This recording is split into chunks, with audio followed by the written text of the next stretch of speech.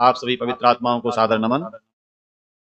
संसार में जो हमारे ग्रंथ हैं, वेद, उपनिषद, गीता, दर्शन आदि, इन पर कुछ तथाकथित बुद्धिजीवी लोग प्रश्न उठाते रहते हैं। एक प्रश्न उठता है गीता के 9वें अध्याय के 32वें श्लोक पर। मैं आपको वो श्लोक सामने बोलता हूं पहले। मां हि पार्थ व्यपाश्रित्य ये अपि स्युः पापयोनयः स्त्रियो वैश्यास्तथा शूद्रास्तेऽपि यान्ति परमां गतिम्। ये श्लोक है। मुझे कई बार लोगों ने प्रश्न कर लिया है। आज से 20 साल पहले लोहाघाट में था, मैं तब प्रश्न किया, एक उपरेती जी थे। अभी कुछ दिन पहले फिर प्रश्न किया, बोले जी आप गीता पढ़ा रहे हो, पर गीता में तो स्त्री, शूद्र और वैश्य को पाप योनि कहा गया। क्या शब्द है? पाप योनि, इस श्लोक में आया है। आज आप चर्चा करेंगे थोड़ा सा। क्या कहते हैं? ये क्रम चल रहा है कृष्ण जी का अर्जुन को उपदेश देने का। अब यहां उपदेश दो प्रकार से है गीता में, जिस पर कभी दृष्टि हमारी नहीं जाती। एक तो क्या है कि जो बातें डायरेक्ट श्री कृष्ण जी अर्जुन से कह रहे हैं कि ये मेरी बात है, और एक है कि परमात्मा ऐसा कहते हैं। समझना? एक तो मैं जो तुमसे कह रहा हूं, जैसे मैं आपसे चर्चा कर रहा हूं 14 साल तो मुझे आपके लगातार चर्चा करते हो गई, पर क्या आपको लगता है कि मेरी चर्चा है ना? मैं हमेशा क्या कहता हूं, ये वेद की है, ये उपनिषद की है, ये गीता की है, ये रामायण की है। तो जब जब कोई मनुष्य किसी को उपदेश करता रहा है, हो सकता है कोई मनुष्य सामान्य श्रेणी का हो, कोई मनुष्य थोड़ी मध्यम श्रेणी का हो, कोई मनुष्य अति उच्च श्रेणी का हो, जिसने चारों वेद पढ़े हो, साधना से उसका अर्थ प्राप्त किया हो, जो कर्म के विषय में स्पष्ट हो, धर्म के विषय में स्पष्ट हो, कर्मकांड के विषय में स्पष्ट हो। मैं तो नहीं हूं। योगेश्वर कृष्ण कैसे हैं? योगेश्वर कृष्ण योग साधना से उस परमात्म ज्ञान के निकट हैं। ठीक है? अब दो दृष्टियां हैं। एक तो मैंने कहा यही कहें कि जो कुछ कृष्ण जी कह रहे हैं वो अपनी ओर से ही कह रहे हैं, जो वाल्मीकि कह रहे हैं वो अपनी ओर से ही कह रहे हैं, जो महर्षि गौतम कह रहे हैं वो अपनी ही ओर से कह रहे हैं। या फिर क्या आएगा, वो जो कह रहे हैं अपना चिंतन भी दे रहे हैं, परंतु किसके आलोक में दे रहे हैं? एक सामान्य उदाहरण लीजिए। अंधेरा है, अंधेरे में घर की सारी वस्तुएं हमें पता होती है, कितना ही घोर अंधेरा हो। बेड कहाँ है, पुस्तक कहाँ रखी थी, कई बार तो ये ध्यान रहता है 10 पुस्तक का ढेर रखा हो, जो पढ़ता हो अंधेरे में से निकाल कह देगा ये गीता है, बिल्कुल घोर अंधेरे में। परंतु वही व्यक्ति दूसरे स्थान पर घोर अंधकार में चला जाए, जहां उसके सामानों का परिचय नहीं है, तो बताओ क्या वो सब वस्तुओं को स्पष्ट बता पाएगा? क्या करेगा? अनुमान लगाएगा। ये हाँ, ये हो सकता है, ऐसा हो सकता है, इतना तो पता है, हाथ में पकड़ते ही पुस्तक है, पर कौन सी है ये नहीं पता लगेगा अंधेरे में। परंतु जैसे ही प्रकाश आता है, सूर्य का आलोक, विद्युत का आलोक, तो क्या करता है? फिर वो उसको पहचानता है। तो अब बताओ, यदि मुझे सब कुछ आता था तो अंधेरे में क्यों नहीं पता चला? विचार कीजिए। क्योंकि मुझे प्रकाश की आवश्यकता है। वैसे ही जो आत्मा जगत में आता है उसको एक ज्ञान के आलोक की आवश्यकता है। तो श्री कृष्ण जी भी हमारी आपकी तरह जन्म लेकर आए। ठीक, पूर्व जन्मों के बहुत बड़े संस्कार थे, प्रारब्ध की पूंजी अपने साथ लाए थे। दूसरा, उन्होंने वर्तमान जीवन में भी योग साधना से स्वयं को साधा था, सिद्ध किया था। अब आता हूं, जब मैं ये गीता पढ़ा रहा हूं, पिछले 2-2.5 वर्ष से विश्व के कई देशों से लोग जुड़ते हैं 2 दिन के लिए, मंगलवार बृहस्पतिवार हैं, तो भारतीय यही पर बहुत श्रद्धा से, बहुत बड़ी संख्या नहीं है पर है, वो कक्षा बहुत स्तर की, कोई हार्वर्ड की प्रोफेसर हैं, कोई ऑस्ट्रेलिया से हैं लगातार, तो वो लोग पढ़ते तो प्रश्न कर देते हैं। ये श्लोक जब आया तो उन्होंने पूछ लिया, आचार्य जी हमारे पास गीता है। मैंने कहा कई गीता मिलेंगे आपको, बाजार में जाइए, एक ये गीता है, आप खुद समझ जाएंगे। इस गीता को जाइए, देखिए क्या लिखा है इसमें। श्लोक का अर्थ लिखा है, हे अर्जुन, स्त्री, वैश्य, शूद्र, पाप योनि, चांडाल आदि जो भी कोई हो, बाकी वही बोला जो इसमें, वे भी मेरी शरण में होकर परम गति को प्राप्त होते हैं। इतना लिख करके छोड़ दिया। अब आप मुझे ये बताइए, श्लोक कहता है, हे अर्जुन, स्त्री, वैश्य, शूद्र, पाप योनि, चांडाल आदि, तो केवल 2 दिमाग आपके चल सकते हैं। क्या? या तो आप ये कहेंगे इस वैश्य, स्त्री, शूद्र तो पहले कहा है, और पाप योनि, चांडाल आदि कहा है। ठीक है ना? बड़ा दिमाग लगाइए, ये आएगा, पाप योनि, चांडाल आदि कहा है। चलो इतना मान लिया, इतना आपका दिमाग। लेकिन क्या कहते हैं कुछ पूछने वाले, इन सबको ही पाप योनि कहा है। किसको? स्त्री, वैश्य, शूद्र, चांडाल आदि सब पाप योनि हैं, ऐसा आक्षेप लगाना वाला कहता है। क्या योगेश्वर कृष्ण का ये आशय होगा? आशय होगा क्या? विश्वास कर सकते हैं? नहीं, ठीक। पर हम इतना लिखकर कहेंगे तो पुस्तक पर प्रश्न उठ जाएगा, तो क्या करना चाहिए? एक गीता डॉक्टर सतरथ सिद्धांतालंकार जी ने भाष्य किया, जो महर्षि की परंपरा के, जरा उनका भाष्य पढ़कर सुनाता हूं। उन्होंने कहा, हे अर्जुन, चाहे कोई निम्न कुल में उत्पन्न क्यों न हुआ हो, ये शब्द भी मेरी आपत्ति है इस पर, मैं इसका पूर्ण समर्थन नहीं करूंगा, आगे बताऊंगा। अगर वह मेरी शरण में आता है, फिर कहा चाहे स्त्रियां हो, वैश्य हो, शूद्र हो, वे भी परम गति को प्राप्त कर लेते हैं। इसका मतलब श्री कृष्ण जी की शरण में जाने पर कितने भी कर्म नीचे हों, वो परम गति को प्राप्त हो जाता है। क्या बताइए संसार में क्या संदेश जाएगा? परंतु सिद्धांतालंकार जी ने की व्याख्या किया, वो पढ़ के सुनाता हूं। इस श्लोक का अर्थ एक तो यह है कि निम्न कुल से अर्थात जायम पेशा व्यक्ति, जरायम पेशा, जरायम समझते हैं, जो पाप कर्मों में लगा रहता है, हिंसा करना, मांस बेचना और काम करना, फिर कौमा स्त्रियां, वैश्य तथा शूद्र, ये चारों ईश्वर की शरण में आ जाते हैं तो परम गति प्राप्त करते हैं। इन्होंने स्पष्ट किया। क्या श्री कृष्ण जी क्या कह रहे हैं? मैंने दो चीज आपसे कही। वो ये नहीं कह रहे हर जगह मेरी शरण का मतलब, मैंने इस पूरे अध्याय में बताया, श्री कृष्ण जी परमात्मा के उपदेश को मनुष्य तक पहुंचाते हुए कहते हैं कि ये परमात्मा का उपदेश है। क्या कहा? जरा समझना, ये परमात्मा का उपदेश है कि जो मेरी शरण में आता है, वेद मंत्र क्या कहते हैं? अग्न आया ही वीतये गृणानो हव्यदातये। वेद मंत्र क्या कहते हैं? अनेक मंत्रों में आपको बताता हूं, परमात्मा ऐसा कह रहे हैं। हम क्या कहते हैं वेद की बात आते ही? परमात्मा ऐसा। गीता में भी भगवान कृष्ण ईश्वर की बात को कहते हैं। पहली बात तो मैंने कई बार चर्चा कर दी, आप लोग तो शायद स्पष्ट होंगे, भगवान और ईश्वर में अंतर है। ईश्वर भी भगवान है, परंतु प्रत्येक भगवान ईश्वर, स्पष्ट हुआ। मनुष्य कोटि में जो उच्चता को दैवी गुणों से युक्त होते हैं उनको हम भगवान कह देते हैं। भग ऐश्वर्य धातु से जिनके पास विद्या, बुद्धि, तेज, योग, साधना आदि ऐश्वर्य होते हैं। ऐश्वर्य बड़ी विडंबना है। आज ऐश्वर्य का अभिप्राय क्या है? जिसकी बड़ी कोठी, बड़ा बंगला, बड़ा पैसा, बड़ा धन, वो अहंकार में चूर होकर कहता है मैं हूं ऐश्वर्यवान। नहीं, वेद कहता है ऐश्वर्य का अर्थ है विद्या, ऐश्वर्य का अर्थ है तप, ऐश्वर्य का अर्थ है बल, ऐश्वर्य का अर्थ है आत्मिक बल। कई बार अत्यंत निर्धन व्यक्ति आत्मिक बल से बहुत पुष्ट होता है और बहुत धनवान व्यक्ति आत्मिक बल से हीन होता है। इसका मतलब बल का अर्थ भी वो नहीं है। खैर, क्या है? ईश्वर का उपदेश देते हुए भगवान कृष्ण कहते हैं, क्या कहते हैं? इससे पहले के श्लोक को भी देखना चाहिए। पहले के श्लोक में कहा था, हे कौन्तेय क्षिप्रम भवति धर्मात्मा शाश्वतंति निगच्छति कौन्तेय प्रतिजानीहि न मे भक्तः प्रणश्यति। यहां स्पष्ट लिख रहे हैं, हे कृष्ण अर्जुन, प्रभु कहते हैं। क्या कहा? प्रभु कहते हैं कि दुराचारी पुरुष जब ठीक मार्ग पर आता है, इसका अभिप्राय क्या है? जन्म से कोई पाप योनि, पहला ही स्पष्ट करना, पाप योनि शब्द पर थोड़ा ऑपरेशन करते हैं। जिनके कर्मों में गर्भ रूप में पाप आ गए हैं, जैसे एक तो कर्म हो रहा है, एक कर्म का गर्भ है, मन में जब कर्म का विचार आ रहा है तो वो क्या है? उस कर्म का गर्भ है। हमारा जन्म होता है ना, थोड़ी स्पष्ट रूप से आएगा आपको, बाद में शंकाएं भी कर सकते हैं।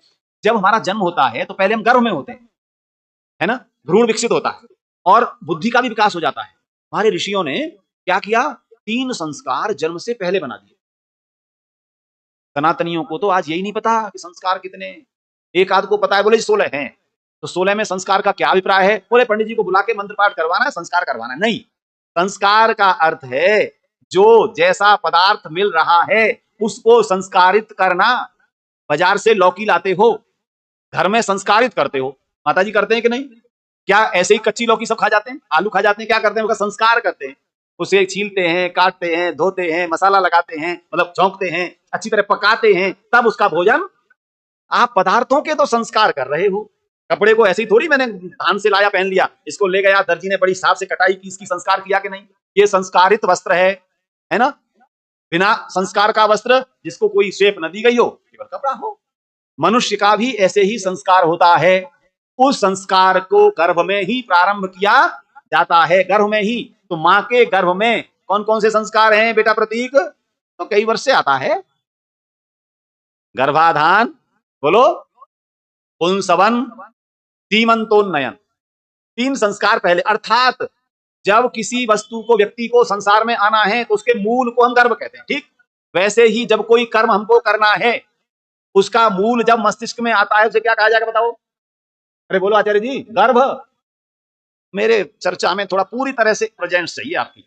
उपस्थिति, ध्यान कहीं और नहीं, इस पर नहीं, ध्यान यहीं रखेंगे तो चलेगी बात। ठीक है, तो क्या कह रहा हूं, जब कोई मनुष्य कर्म करता है तो पहले वह गर्भ में आता है, अर्थात विचार में आता है। कभी कभी बिना विचारे भी हो जाता है, मनुष्य की प्रवृत्ति है, आक्रोश में विचार नहीं कर पाता, कर देता है, परंतु प्रायः विचार में। अब यहां कहते हैं जिनके गर्भ में ही पाप आता है, ध्यान देना, जिस मनुष्य के विचार में पाप आता है, पाप ही योनि में गर्भ में है, जिनके, ऐसे स्त्रियां, ऐसे वैश्य, ऐसे शूद्र, तीन ही क्यों कहे, ब्राह्मण का नाम क्यों नहीं लिया, आ रहा कि नहीं प्रश्न, क्यों नहीं लिया, तीन ही क्यों कहे। अगला श्लोक नहीं पढ़ोगे तो समझ में नहीं आएगा। इसके तुरंत अगला श्लोक है, किम पुनर्ब्राह्मणा पुण्या भक्ता राजर्षय तथा अनित्यम सुखम लोकमिमं प्राप्य भजस्व माम। अरे भाई, आधी अधूरी बात पढ़ोगे। आजकल एक व्यक्ति बहुत सोशल मीडिया पे आ रहा है जो कई साल जेल में रह के आया।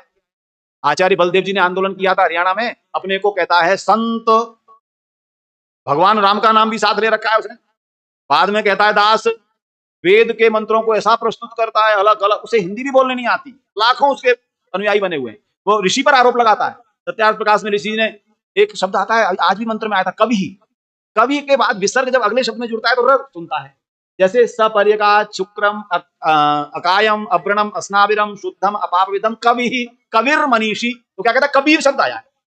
न पढ़ने से, अच्छी तरह ज्ञान न होने से भ्रम रहता है। इस श्लोक के अगले श्लोक को न पढ़ने से भ्रम रहेगा, है ना। योगेश्वर कृष्ण भी गलत नहीं, महर्षि व्यास भी गलत नहीं, गीता में लिखी बात भी गलत नहीं, लेकिन नहीं समझोगे तो अर्थ का अनर्थ होगा। क्या पहुंचाया जा रहा है, गीता में तो स्त्री, वैश्य और शूद्रों को पाप योनि कहा गया है। ठीक, मैं क्या कह रहा हूं आपसे, जिन मनुष्यों के विचार में अर्थात योनि रूप में पाप आते हैं और उनसे करते करते जीवन चलाते हैं, वो ऐसी स्त्री अर्थात व्यभिचारिणी, दुराचारिणी, सबके लिए नहीं कहा गया ना। ऐसा शूद्र सेवा करते हुए जब पाप करता है, वैश्य व्यापार करते हुए, अगले ने कहा किम पुनर्ब्राह्मणा। हमने कई बार आपसे क्या बताया है, जन्म से कोई भी ब्राह्मण नहीं है, किससे होता है, कर्म से। जन्म से कोई क्षत्रिय नहीं है, किससे होता है, कर्म से। जन्म से कोई भी वैश्य नहीं है, किससे होता है, कर्म से। जन्म से कोई भी शूद्र नहीं है, किससे होता है, कर्म से। जब बात आ गई ना, अब बात आई स्त्री अर्थात जिनको वेद नहीं पढ़ाया जा रहा। एक बात और जोड़नी है मुझे यहाँ पर, महाभारत का समय आते आते समाज में कुछ ऐसा विभाजन हो चुका था कि देवियों को भी मूल शास्त्रों से दूर किया जाने लगा। ठीक है, सामान्य शिक्षा दी जाती। उससे पहले का जो काल है, ऋषिकाएं, मैंने एक दिन आपको 33 ऋषिकाओं का वर्णन किया था। वेद में ऋषिकाएं हैं, वेद के मंत्रों की दृष्टा है, परंतु यहां क्या कहा, पहले श्लोक में कहा जिनके कर्म में पाप है, ऐसी पाप योनि, अर्थात जिन्हें हम योनि कहते हैं, मनुष्य योनि, पशु योनि, गौ योनि, सर्प योनि, वो नहीं लिया। जिनके गर्भ में, विचार रूपी गर्भ में पाप आते हैं, ऐसे पापाचरण करने वाले स्त्री, वैश्य, शूद्र आदि भी यदि किसकी शरण में, परमात्मा की शरण में। अच्छा, परमात्मा की शरण का अभिप्राय क्या है, हमको तो ये नहीं पता। परमात्मा के ज्ञान की शरण में, क्या पकड़ना है आपको, परमात्मा के ज्ञान की शरण में। उसका ज्ञान मूल क्या है, वेद। जब वेद के चिंतन करके अपने कर्म, हमने क्या किया, कर्म का शोधन किया। मैं कई बार कह दिया करता हूं, गीता में पढ़ाते, आपसे भी कहता हूं, प्रारब्ध के संस्कारों के कारण इस बालक में जो आज 55 वर्ष का हो गया है, क्रोध की बहुत अधिकता थी, क्रोध की बहुत अधिकता, बहुत अधिक क्रोध। परंतु गुरुकुल में पढ़े, पिताजी के डंडे पढ़े, समाज में आए, धीरे धीरे 50-60% कम किया है, अभी 40% बचा। कितना बचा है, 40%। और कब आ जाता है, जब सामने वाला असत्य बात कह करके उद्वेलित करता है तो क्रोध आता। वैसे नहीं आता, मैं ईमानदारी से बता रहा हूं, सच्चाई पर नहीं आता। गलत है तो मैं तुरंत हाथ जोड़ता हूं, मैं गलत हूं तो हाथ जोड़ता हूं, परंतु क्रोध आता है। मैं गीता पढ़ के, वेद पढ़ के, ध्यान करके 50-60% कम कर लिया, तो क्या हुआ, मैंने अपने उस कर्म के में जो पाप था उसको सुधार करते करते मैं यहां पहुंचा हूं। मैं सोचता हूं 40-45 वर्ष की उम्र और बची है। क्यों, क्योंकि परमात्मा ने 100 वर्ष की बात कही है, जीवे में सर्वदाशतम, तो 45 वर्ष में उसको भी जीरो करने का संकल्प हो सकता है कि नहीं। इसलिए जन्म से कोई पापी नहीं कहे, कृष्ण जी नहीं कह रहे किसी को पाप योनि, चांडाल योनि पाप योनि नहीं है, मैं बहुत दावे के साथ कहता हूं। शूद्र योनि पाप योनि नहीं है, कहीं भी जन्म लिया हो, कितने भी गरीब में, कितने भी पापी में, उसको भी अवसर है क्या बनने का, ब्राह्मण बनने का। पहला अवसर है शूद्रो ब्राह्मणमेति, ब्राह्मणमेति शूद्रताम। जिसका जन्म शूद्र पिता के घर में, क्योंकि हम देखिए जैसे गृहस्थी बन गए, हम ब्राह्मण बन गए, क्षत्रिय बन गए, वैश्य बन गए, शूद्र बन गए। किससे बने, बने तो कर्म से। एक ही पिता के 4 संतान हो गए। एक संतान ब्राह्मण वर्ण में चली गई विद्या आदि पढ़ने में, एक सेना में चली गई, उसकी संतान क्या हो गई, ब्राह्मण रही क्या। सेना में जो कर्नल खड़ा है उसके नाम के आगे चाहे जोशी लगाओ, पांडे लगाओ, शर्मा लगाओ, लेकिन वो क्या है जरा बताना? क्षत्रिय है। जो सेना में चला गया वो क्या है? क्षत्रिय है। पुलिस में है वो क्या है? क्षत्रिय है। राज व्यवस्था में है वो क्या है? क्षत्रिय है। जो विद्या पढ़ा रहा है, चाहे कहीं भी जन्म हुआ हो, ब्राह्मण है। और जो व्यापार कर रहा है, आप में से बैठे, आपका किसी का जन्म कतई अलग परिवार में हुआ हो, पर हम क्या बन गए? व्यापार बन गए, कृषि बन गए, और तीनों काम नहीं कर पाए तो शूद्र बन गए। शूद्र का कोई बुरा अर्थ तो है नहीं। सेवा करने वाला, वो भी एक अच्छा मनुष्य है। सेवा करने वाला व्यक्ति भी, उसकी संतान वेद की विद्वान बनती है। आर्य समाज ने यह कार्य किया, दावे के साथ कहता हूं, 150 वर्ष में जिनको तथा कथित शूद्र वर्ण कहा जाता था, दलित कहा जाता था, निम्न कहा जाता था, उनको आचार्य बना करके ये व्यास गद्दियां सौंपने का काम आर्य समाज ने। तो आर्य समाज कहता है कोई भी जन्म से पाप योनि नहीं है। इसका भाष्य क्या करते हैं स्वामी समर्पणानंद जी? गीता का भाष्य नहीं बता रहा हूं, जय कृष्णमूर्ति की बात नहीं कर रहा। स्वामी समर्पणानंद जी कहते हैं, हे अर्जुन, जो परमात्मा पर पूर्ण विश्वास करके व्यपाश्रित्य पाप आचरण से, व्यप माने हटकर, पाप आचरण से हटकर, ध्यान देना, उसके कर्मों में पाप आ गया। जैसे मैंने कहा मैं पापी हूं, क्रोध करने वाला, परंतु उससे हटकर जब आचरण कर रहा हूं तो आप लोग मुझे आचार्य कह के बिठा रहे हैं कि नहीं? यही काम जो मेरे जीवन में है क्रोध वाला, यहां से भी हो जाए तो बिठाओगे क्या? बताओ जरा। इसलिए पाप आचरण से हटकर जब कोई व्यक्ति समाज में आता है, दो तरह से हटते हैं लोग समाज में, ध्यान देना। एक तो पूर्णतः हटते हैं, एक हटने का प्रयास कर रहे होते हैं, और एक छद्म रूप से हटते हैं। कुछ व्यक्ति आपको दो रूप दिखाई देंगे। हमारे बीच पत्रकार भी बैठे, चिंतक व्यापारी बैठे, क्या लेंगे? एक व्यक्ति के दो रूप दिखाई देंगे। समाज के सामने विनम्र होकर के, विशेष रूप से हमारे देश के नेतृवर्ग, नेता लोग, आपके सामने उनका एक अलग रूप है। जैसे ही माइक आता है, विनम्रता की प्रतिमूर्ति, और वहां से पीछे हटते हैं, आप उनके बाहर क्या बात है, हमने कई वीडियो देख लिए, हटो, धक्का मार देते हैं, सारी विनम्रता गायब।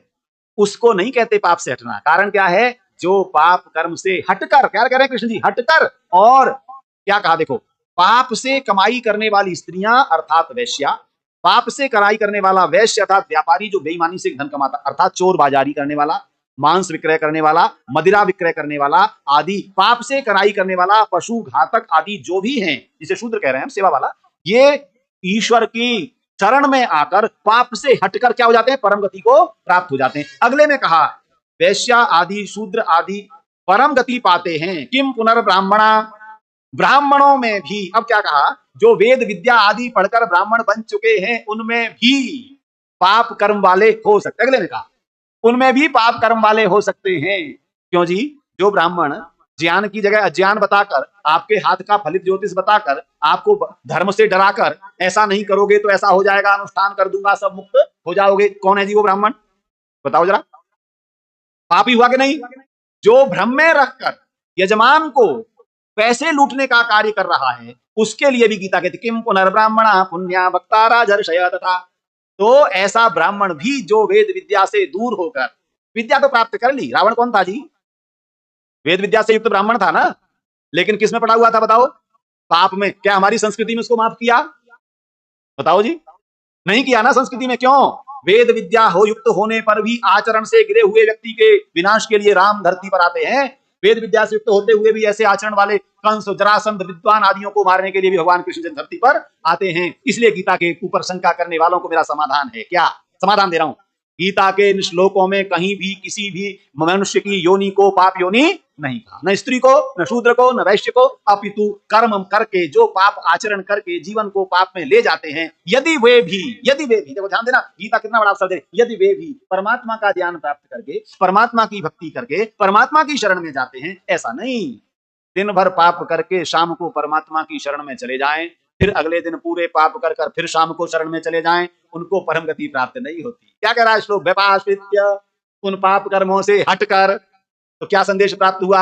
मनुष्य में पहली बात तो कोई भी योनि पाप योनि नहीं है, कोई भी योनि किसी भी तरह का, क्योंकि हम योनि शब्द के अर्थ को व्यापक करके ले रहे हैं, पाप शब्द के अर्थ को भी ले रहे हैं। और ये क्या कहा? पाप से हटकर। हटेंगे तो क्या होगा? जितने समय हम हटे, धीरे धीरे प्रयास किया, पूरी तरह पाप से हट जाते हैं। कभी कभी कुछ पापी एक झटके में हट जाते हैं, जैसे अंगुलीमाल गौतम बुद्ध के सामने आते ही हिंसा आदि पाप छोड़ करके उनकी शरण में चला जाता है। जैसे अमीचंद जैसा पापी महर्षि दयानंद के उपदेश सुनकर के एक ही उपदेश में बदल जाता है। कभी कभी कुछ आत्माएं ऐसी होती हैं, एक ही उपदेश में बदल जाती हैं, और कुछ ऐसी होती हैं पूरे जीवन सुनती हैं पर अनेक पापों को ढोए रहती हैं। हमको कौन सा वाला बनना है जी? अगर एक में नहीं हटे तो धीरे धीरे हट लो। योग दर्शन में एक मार्ग बताया, संस्कार जन्म जन्मांतर के हैं, इस जन्म के भी हैं, उनका तनुकरण करना। तनुकरण कहते हैं धीरे धीरे पाप को हटाना। है ना। दरवाजा आपके सामने है कमरे का, उदाहरण दे रहा हूं, लकड़ी थी ये पहले पूरी, इसको मशीन से काट के पट्टा बनाया गया, ठीक है, तख्ता। तख्ते को काट करके बढ़ई ने आपके दरवाजे पर बैठा, आपको सबको याद होगा, दरवाजे पर तख्ता लाया, दरवाजे के पास खड़े किए दोनों, फिर उनको आरी से काट लिया। आरी से काटने के बाद क्या करता है, याद आ रहा है आपको? उसके पास क्या होता है, रंधा। रंधा से मारता है, फिर खड़े करता है, फिर थोड़ा सा सूत इधर उधर दिख रहा होता है, फिर रंधे मारता है, फिर खड़ा करता है। उसे कहते हैं तनुकरण। साइज में लाने के लिए जैसे लकड़ी बनाने वाला रंधा लगा लगा कर पतली परत हटाता है, वैसे ही परमात्मा की साधना करने वाला व्यक्ति अपने जीवन के में आए हुए उन पाप आचरण को रंधे की तरह धीरे धीरे हटा हटा करके एक शेप में आ जाता है। ये शेप में लाने का काम सत्संग करता है, इस शेप में लाने का काम भजन करता है, इस शेप में लाने का काम स्वाध्याय करता है, इस शेप में लाने का काम प्रवचन और व्याख्यान करते हैं। अगर हम शेप में अब भी नहीं आ रहे तो विचार कर लेना। मैं तो ये नहीं कहूंगा कि छोड़ दो ना, छोड़ना नहीं, सत्संग में आते रहना, प्रवचन सुनते रहना, यूट्यूब पर सुनते रहना, और केवल प्रवचनों को भेज कर अपने पास कुछ न रखो, ऐसा मत करना, अपने पास भी रहना चाहिए। इसलिए क्या होगा, पाप योनि से अर्थात कर्म में पाप आने वाली वृत्ति से छूट करके परम गति को प्राप्त करने का उपदेश गीता में दिया है। तो गीता के विषय में जो भ्रम है उसको निकालें।